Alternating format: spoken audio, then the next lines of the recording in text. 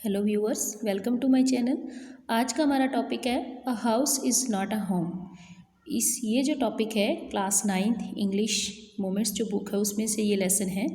तो इसमें है जो अ house is not a home, यानी एक घर है जो वो एक इज़ नॉट अ होम क्यों बोला गया, क्योंकि घर बनता है प्यार से, समझदारी से, परिवार के मेंबर से। ईंट दीवारों से बनी हुई, ईंट पत्थर से बनी हुई दीवारें कभी घर नहीं होती जब तक उसके अंदर रहने वाले इंसान के बीच में आपस में प्यार, समझदारी, भरोसा ना हो। तो ये जो लेसन है जॉन गुडियोसो के द्वारा लिखा हुआ है, जो कि एक कंट्रीब्यूटर राइटर हैं। अब हमें इस लेसन के जो मेन कैरेक्टर हैं उनकी बात करते हैं। जो लेसन के अंदर है, राइटर हैं, उनकी मदर है, इनके पापा इनको बहुत पहले ही छोड़ के जा चुके हैं। इनके न्यू फ्रेंड्स होंगे, जब ये स्कूल बदलेंगे तो नए फ्रेंड्स से इनका सामना होगा। इनकी एक प्यारी पेट है, कैट, और एक अननोन लेडी है जो बाद में एक हेल्पिंग हैंड के रूप में नज़र आएगी। तो ये थे हमारे इस लेसन के कैरेक्टर्स। अब हम लेसन की बात करते हैं तो लेसन की शुरुआत होती है मिसिंग द ओल्ड स्कूल। यहाँ पर जो राइटर क्या है वो अपने पुराने जूनियर हाई स्कूल को है जो मिस कर रहा है यहाँ पे, क्योंकि जो राइटर है अब यहाँ पर हाई स्कूल में गया हुआ है, पढ़ने के लिए आया है। तो यहाँ के जो उसके क्लासमेट है, टीचर्स हैं, और जो पुराना जो स्कूल है उसकी बहुत याद आती है राइटर को, यानी पीछे वाली अपने फ्रेंड्स को, अपने टीचर्स को, अपने स्कूल को बहुत याद कर रहा है। वो हमेशा अपने पुराने वाले टीचर्स से मिलने जाता है, और जब पुराने वाले टीचर से मिलने जाता है तो वो टीचर उसका हौसला बढ़ाते हैं कि नए स्कूल के अंदर अपना ध्यान लगाओ, वहाँ की एक्टिविटी के अंदर शामिल हो, नए लोगों से मिलो, नए टीचर से मिलो, आपका मन ज़रूर वहाँ पर लगेगा। और एक टाइम ऐसा भी आएगा जब आप हमको भूल जाओगे और नए स्कूल में आप मिल के रहोगे सबके साथ। तो इस तरीके से जो राइटर है यहाँ पर पुराने स्कूल को मिस करता है, लेकिन जो टीचर है उसको एनकरेज करते हैं आगे बढ़ने के लिए। नेक्स्ट है फायर इन द हाउस। अब एक बार क्या होता है कि संडे का टाइम होता है, दोपहर का टाइम, दोपहर बाद का टाइम होता है। राइटर अपने जो डाइनिंग रूम में बैठा हुआ है, डाइनिंग टेबल के पास ही, और अपना होमवर्क कर रहा है, और बाहर है जो बहुत ज़्यादा ठंड है, इसलिए उसकी माँ ने क्या किया है कि वहाँ पर जो फायर प्लेस है उसमें आग जला रखी है, और उसके अंदर और फ्यूल वगैरह डाला हुआ है ताकि अच्छे से रूम है जो गर्म हो सके। अब वहाँ पर एक छोटी सी बिल्ली है राइटर की, जो भी उसके कागज़ों के पास ही ऊपर बैठी हुई है, बार बार म्याऊं म्याऊं की आवाज़ कर रही है। तो अचानक से राइटर देखता है कि घर की छत के ऊपर थोड़ा सा धुआं भर गया है, यानी घर की छत के ऊपर वाले हिस्से में धुआं भर आया है। धीरे धीरे जैसे ही देखा उसने तो क्या हुआ कि सारा घर आग की लपटों के अंदर पूरा समा गया, यानी पूरे घर में अचानक आग लग गई। सारा घर है जो आग से भर गया, और धुआं, हर जगह धुआं ही धुआं होने लगा, धुआं ही दिखाई देने लगा।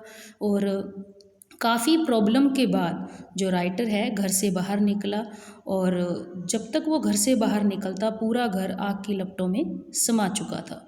तो इस तरीके से फिर फायर ब्रिगेड वालों को फ़ोन किया गया, पड़ोसियों ने फायर ब्रिगेड वालों को बुलाया, और उसने देखा कि राइटर की जो मदर है वो घर के अंदर भागी भागी जा रही है दोबारा से। तो देखा तो एक बार तो बाहर आ गई, वो हाथ में कुछ एक मेटल का बॉक्स था जिसके अंदर कुछ इंपॉर्टेंट डॉक्यूमेंट्स वगैरह थे, क्योंकि उसके पापा उसको छोड़ के जा चुके थे।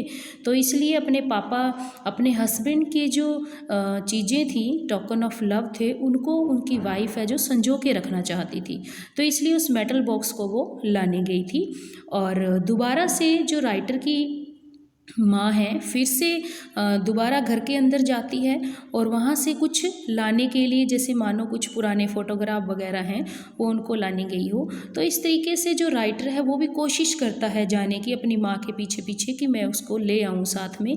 इतने में जो फायर ब्रिगेड वाले हैं वो आ जाते हैं और राइटर को पीछे से पकड़ लेते हैं, और जो राइटर है वो कहता है कि मेरी माँ अंदर है, प्लीज़ प्लीज़ उसे बचाइए। तो इस तरीके से जो फायर ब्रिगेड वाले हैं उसको कंसोल करते हैं कि प्लीज़ तुम यहाँ रहो, हम उनको बचाकर लेकर आते हैं। तो इस तरीके से फायर ब्रिगेड वाला अपने साथ एक कंबल ले जाता है, और जब वो वापस आता है तो उसकी माँ के चारों ओर उसने कंबल लपेटा हुआ है, और ऑक्सीजन मास्क उसको लगा रखा है, क्योंकि जब वो घर के अंदर थी तो थोड़ा बहुत धुआं क्या है उनके सांस के साथ अंदर चला गया था। तो इस वजह से है जो उसकी माँ को ऑक्सीजन मास्क लगाया हुआ है और वो पूरी तरीके से सही है, राइटर को फायर ब्रिगेड वाले कहते हैं। तो इस तरीके से पूरे घर के अंदर घर के ऊपर घर में जो आग लगी हुई है उसको कंट्रोल करने में 5 घंटे लग जाते हैं और इस दौरान पूरा घर है पूरे तरीके से जल जाता है और बहुत ज़्यादा जो नुकसान है यहाँ पर है जो राइटर को होता है। राइटर अपना घर पूरा जला हुआ देखकर है जो फूट फूट के रोने लगता है, क्योंकि उसके रहने का कहीं और ठिकाना नहीं है। अब उनको वो रात है अपने दादाजी के यहाँ बिताने के लिए जाना पड़ता है। तो इस तरीके से जो राइटर है यहाँ पर इसके घर में आग लग जाती है और बहुत ज़्यादा परेशान है। नेक्स्ट, अब रीचिंग द स्कूल। अब राइटर क्या है अपने स्कूल में पहुंचता है अगले दिन, जैसे हाई स्कूल में, जूनियर स्कूल तो उसने छोड़ दिया था, अब अगले दिन स्कूल में जाना पड़ा। तो उसके पास ना तो बुक्स थी और ना ही बैग था, होमवर्क वगैरह जो किया हुआ था वो भी उसमें जल गया था।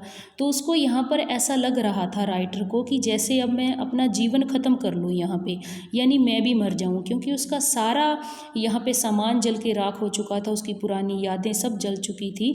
तो अब जो राइटर है एक जिंदा लाश बनकर इस पूरे स्कूल के अराउंड है चक्कर काटता है। वो उसको लगता है कि जैसे मैं मर चुका हूँ, मेरी जो पुरानी कैट है वो मुझे छोड़ के जा चुकी है। तो उसको अपनी पुरानी कैट की भी याद आती है कि उसकी कैट की याद उसको रुला रही थी। तो इस वजह से है जो यहाँ पर जो राइटर है बहुत परेशान है। उसने सोचा कि अब मुझे अपने दादाजी से पैसा लेना पड़ेगा और हाई स्कूल में भी उसको आगे है जो काफ़ी प्रॉब्लम का सामना करना पड़ेगा, ऐसी ही कंडीशन रही तो। यानी इस तरीके से राइटर खुद को यहाँ पर है जो जिम्मेदार ठहरा रहा है हर चीज़ों के लिए। उसके जो पुराने कपड़े उसने टेनिस शूज़ वगैरह जो डाले हुए थे पिछले दिन वही उसने डाले हुए थे जब वो स्कूल आया। पुराने कपड़े जो घर में डाले थे वही डालकर वो आया था, क्योंकि उसके जो स्कूल वाले शूज़ थे वो उसने एक तो सोफे पे फेंका था और एक कहीं और फेंका था, तो वो आग के अंदर जल के बिल्कुल राख हो चुका था। तो इस तरीके से जो राइटर है यहाँ पर है जो स्कूल में पहुँचने के बाद अपने आप को बहुत ही नेगेटिव फील कर रहा है। नेक्स्ट है नेक्स्ट डे एट स्कूल, यानी अगला दिन उसका स्कूल, यानी अगले दिन वो स्कूल में आता है तो वहाँ का नज़ारा देख के वो हैरान हो जाता है। वहाँ का नज़ारा देखकर चारों ओर वो देखता है कि उसके आसपास है बच्चे इकट्ठे हो रखे हैं और सारे उसको है जो घसीट कर जैसे मान लो जिम्नास्टिक रूम में लेके जाने वाले हैं। और राइटर यहाँ पे हैरान है कि उसके साथ ऐसा बिहेव क्यों किया जा रहा है। तो इसलिए वहाँ पर जिम्नास्टिक का जो रूम है वहाँ पे है जो टेबल के ऊपर बहुत सारी चीज़ें इकट्ठी करके रखी हुई हैं। ऐसा लग रहा है मान लो कोई क्रिसमस का प्रेजेंट यहाँ पर उसको देने वाला हो। यानी वहाँ पे स्कूल बुक्स वगैरह, बैग, कपड़े, शूज़ वगैरह सब कुछ वहाँ पे रखा हुआ था। और एक एक करके सारे फ्रेंड है जो वहाँ पर जो स्टूडेंट थे वो राइटर से अपनी इंट्रो करवा रहे थे, अपनी खुद की इंट्रो दे रहे थे और उससे बात कर रहे थे। और सभी अपने अपने घर में उसको इन्विटेशन दे रहे थे कि हमारे घर पे आना। तो इस तरीके से ऐसा एनवायरनमेंट देखकर जो राइटर है वहाँ पर उसका दिल है जो खुशी से झूम उठता है और उसको है जो थोड़ा सा यहाँ पे रिलैक्स फील होता है कि हाँ कि मेरे आसपास भी कोई है जो मेरा अपना है, जो मेरा इतना ख्याल रख रहा है। तो इस तरीके से राइटर को इस नए स्कूल के अंदर पहली बार ऐसा लगा कि सब कुछ ठीक हो रहा था और उसे अपने पुराने जो ओल्ड फ्रेंड्स थे उनकी जो मित्रता जैसी थी वैसी ही फ्रेंडशिप यहाँ पे देखने को मिल रही थी। यानी राइटर अब स्कूल के अंदर आकर है जो खुश महसूस कर रहा था, क्योंकि उसके आसपास है जो उसे फील हो रहा था कि मेरे अपने ही मेरे आसपास खड़े हैं। नेक्स्ट है help by friends and my cat back. अब क्या होता है कि अब राइटर की यहाँ पर हेल्प की जाती है। यानी जैसे 1 महीना निकल गया तो 1 महीना निकलने के बाद जो राइटर का जो पुराना घर था जिसमें वो बीच में उसने 1 महीने से पहले जाके देखा था कि वहाँ पर तो सारा कुछ जल चुका था। यानी जो कुछ थोड़ा बहुत जलने से बचा था तो जो आग बुझाने के लिए केमिकल वगैरह उसके ऊपर डाले हुए थे उस वजह से वो सारा सामान वो भी ख़राब हो चुका था, यानी वो यूज़ करने लायक नहीं रह गया था। तो इसके बीच में ही जब राइटर के घर में आग लगी थी, जब बुझाई गई थी तो फायर ब्रिगेड वालों ने उसको उसको बोला था कि आप घर के अंदर अभी मत जाना क्योंकि वहाँ पर बहुत ज़्यादा नुकसान हो सकता है अभी भी आपको। तो इस तरीके से जो राइटर है अपना दोबारा घर बन रहा है उसको घर को वो देखने आता है अपने फ्रेंड्स के साथ। वहाँ पर आकर है जो लोग उसके आसपास बैठते हैं उससे बातें करते हैं, अपनी नई प्लानिंग करता है कि मैंने आगे चल के ये करना है। तो इस तरीके से उसका जो एनवायरनमेंट है यहाँ पर सब सही हो रहा है। तो ऐसे ही एक दिन वो बातें कर रहे हैं, तभी अचानक से पीछे से आवाज़ आती है कि एक लेडी वहाँ पर आई। तो उसने कहा कि क्या ये बिल्ली आपकी है, क्या ये कैट आपकी है। उसके गर्दन पे एक कॉलर था और कॉलर के ऊपर टेलीफोन नंबर लिखा हुआ था।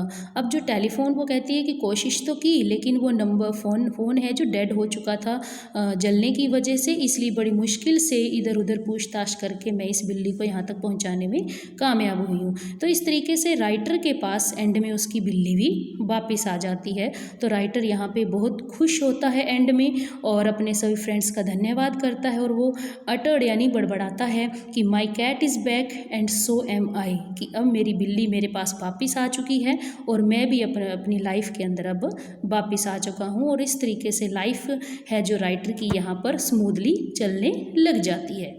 अब इसकी मैसेज की अगर बात करें तो इस स्टोरी से मैसेज है कि many a times many changes take place in your lives, कि हमारे जीवन में कई बार ऐसे बदलाव आते हैं विच आर समवट इनटॉलरेबल, जिनको सहन करना मुश्किल होता है हमारे लिए।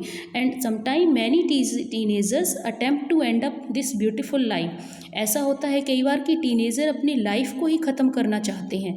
बट इन दिस स्टोरी, लेकिन इस स्टोरी के अंदर क्या है, टीनेजर एनकाउंटर्स द चैलेंजेस, यहाँ पर जो टीनेजर है चैलेंजेस का सामना करता है एंड प्रॉब्लम्स ऑफ लाइफ, और लाइफ की प्रॉब्लम को भी है जो यहाँ पे बाहर निकलता है। He comes out to be a bold boy के रूप में बाहर आता है with the help of his classmates, अपने क्लासमेट्स की सहायता से। तो इस तरीके से जो राइटर है एंड में अपनी प्रॉब्लम से बाहर आ जाता है। यहाँ पर बट है BUT, सॉरी बिट मत इसको पढ़ना आप। तो इस तरीके से ये जो हमारा लेसन है मैसेज के साथ यहाँ पे ख़त्म होता है। Please like share and subscribe. Thank you.